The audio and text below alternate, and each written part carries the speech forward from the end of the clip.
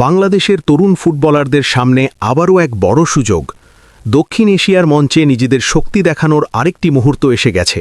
নতুন কোচ, বিদেশে বেড়ে ওঠা প্রবাসী প্রতিভা আর দেশি তরুণদের মিশেলে এবার কি সত্যি বদলে যেতে পারে বাংলাদেশের ফুটবলের ভবিষ্যৎ?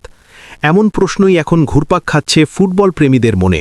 কারণ আগামী 23 মার্চ শুরু হতে যাচ্ছে দক্ষিণ এশিয়ার অন্যতম গুরুত্বপূর্ণ বয়সভিত্তিক আসর SAFF U20 চ্যাম্পিয়নশিপ। আর এই টুর্নামেন্টকে সামনে রেখে ইতোমধ্যেই প্রস্তুতির জোর কদমে নেমে পড়েছে Bangladesh U20 national football team. এই বড় আসরকে সামনে রেখে ঢাকায় শুরু হয়েছে 5 দিনের বিশেষ প্রস্তুতি ক্যাম্প। 15 মার্চ থেকে শুরু হওয়া এই ক্যাম্পে দেশের বিভিন্ন প্রান্ত থেকে ডাকা হয়েছে প্রতিভাবান তরুণ ফুটবলারদের। প্রত্যেকেই জানেন এই ক্যাম্প শুধু অনুশীলনের জায়গা নয়, বরং নিজেদের প্রমাণ করার বড় মঞ্চ। কোচিং স্টাফ থেকে শুরু করে ফুটবল ফেডারেশনের কর্মকর্তারাও আশা করছেন এই ক্যাম্পের মধ্য দিয়েই তৈরি হবে এমন একটি দল যারা মালদ্বীপে গিয়ে দেশের জন্য গৌরব বয়ে আনতে পারে। পরিকল্পনা অনুযায়ী আগামী 21 মার্চ দলটি মালদ্বীপের উদ্দেশ্যে রওনা দেবে, যেখানে অনুষ্ঠিত হবে এই মর্যাদাপূর্ণ টুর্নামেন্ট। বাংলাদেশ ফুটবল ফেডারেশনের সহসভাপতি নাসির শাহরিয়ার জাহিদি জানিয়েছেন, এবারের প্রস্তুতিতে আনা হয়েছে কিছু ভিন্নধর্মী পরিকল্পনা।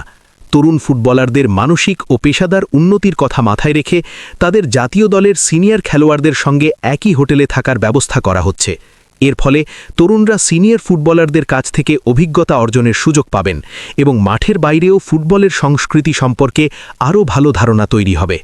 শুধু তাই নয়, প্রস্তুতিকে আরও শক্তিশালী করতে দেশের প্রিমিয়ার লিগের শীর্ষ 5 দলের বিপক্ষে প্রস্তুতি ম্যাচ আয়োজনের পরিকল্পনাও রয়েছে।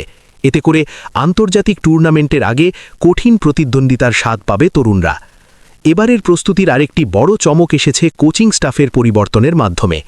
বাংলাদেশ ফুটবলে নতুন এক অধ্যায়ের সূচনা করতে বাফুফে দায়িত্ব দিয়েছে ইংল্যান্ডের অভিজ্ঞ কোচ মার্ক কক্সকে।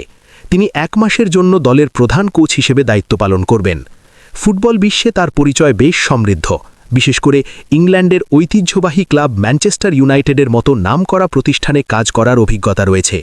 পাশাপাশি তিনি একজন প্রো লাইসেন্সধারী কোচ, যা আন্তর্জাতিক ফুটবলে উচ্চমানের প্রশিক্ষণের স্বীকৃতি হিসেবে ধরা হয়। যুব ফুটবল ও গ্রাসরুট পর্যায়ে দীর্ঘদিন কাজ করার অভিজ্ঞতা থাকায় বাংলাদেশের তরুণ ফুটবলারদের কৌশলগত উন্নতিতে তার ভূমিকা গুরুত্বপূর্ণ হতে পারে বলে মনে করছেন ফুটবল বিশ্লেষকরা। তবে শুধু কোচ পরিবর্তনই নয়, এবারের দলে নতুন উত্তেজনা তৈরি করেছে প্রবাসী ফুটবলারদের আগ্রহ। যুক্তরাজ্য, কানাডা ও যুক্তরাষ্ট্রে বেড়ে ওঠা বেশ কয়েকজন বাংলাদেশি তরুণ ফুটবলার এই টুর্নামেন্টে দেশের জার্সি গায়ে মাঠে নামার আগ্রহ প্রকাশ করেছেন। তাদের মধ্যে ইতোমধ্যেই আলোচনায় উঠে এসেছে কয়েকটি নাম: ইব্রাহিম নওয়াজ, সুশ্রুত মণ্ডল, ডেকল্যান সালিভান এবং আমির সালিভান। জানা গেছে এই 4 ফুটবলারের অংশগ্রহণ প্রায় নিশ্চিত। তাদের ইউরোপ ও উত্তর আমেরিকার ফুটবল পরিবেশে বেড়ে ওঠা অভিজ্ঞতা বাংলাদেশের দলে নতুন গতি ও বৈচিত্র্য যোগ করতে পারে বলে মনে করা হচ্ছে। অন্যদিকে বাংলাদেশের বয়সভিত্তিক ফুটবলে দীর্ঘদিন গুরুত্বপূর্ণ ভূমিকা পালন করা অভিজ্ঞ কোচ গোলাম রাব্বানী চোটনেরও দায়িত্বে আসছে পরিবর্তন। এতদিন অনূর্ধ্ব দলগুলোর সঙ্গে নিবিড়ভাবে কাজ করা এই কোচকে এবার বাফুফের বিভিন্ন যুব উন্নয়ন প্রকল্পের সঙ্গে যুক্ত করার পরিকল্পনা রয়েছে। তার অভিজ্ঞতা এবং দীর্ঘদিনের কোচিং দক্ষতা দেশের গ্রাসরুট ফুটবল উন্নয়নে গুরুত্বপূর্ণ ভূমিকা রাখতে পারে বলে আশা করছে ফুটবল ফেডারেশন। সবকিছু মিলিয়ে এবারকার সাফ অনূর্ধ্ব 20 আসরকে ঘিরে বাংলাদেশের ফুটবলে তৈরি হয়েছে নতুন আশার আলো। একদিকে আন্তর্জাতিক মানের কোচ, অন্যদিকে প্রবাসী প্রতিভাবান ফুটবলারদের সংযোজন। তার সঙ্গে রয়েছে দেশি তরুণদের উদ্যম ও পরিশ্রম। এই সমন্বয় যদি মাঠে সঠিকভাবে কাজে লাগে, তাহলে হয়তো দক্ষিণ এশিয়ার ফুটবলে নতুন করে নিজেদের শক্ত অবস্থান তৈরি করতে পারবে বাংলাদেশ। এখন দেখার বিষয়, এই প্রস্তুতি এবং পরিকল্পনা কতটা সফলভাবে বাস্তবায়ন করতে পারে লাল সবুজের তরুণ যোদ্ধারা।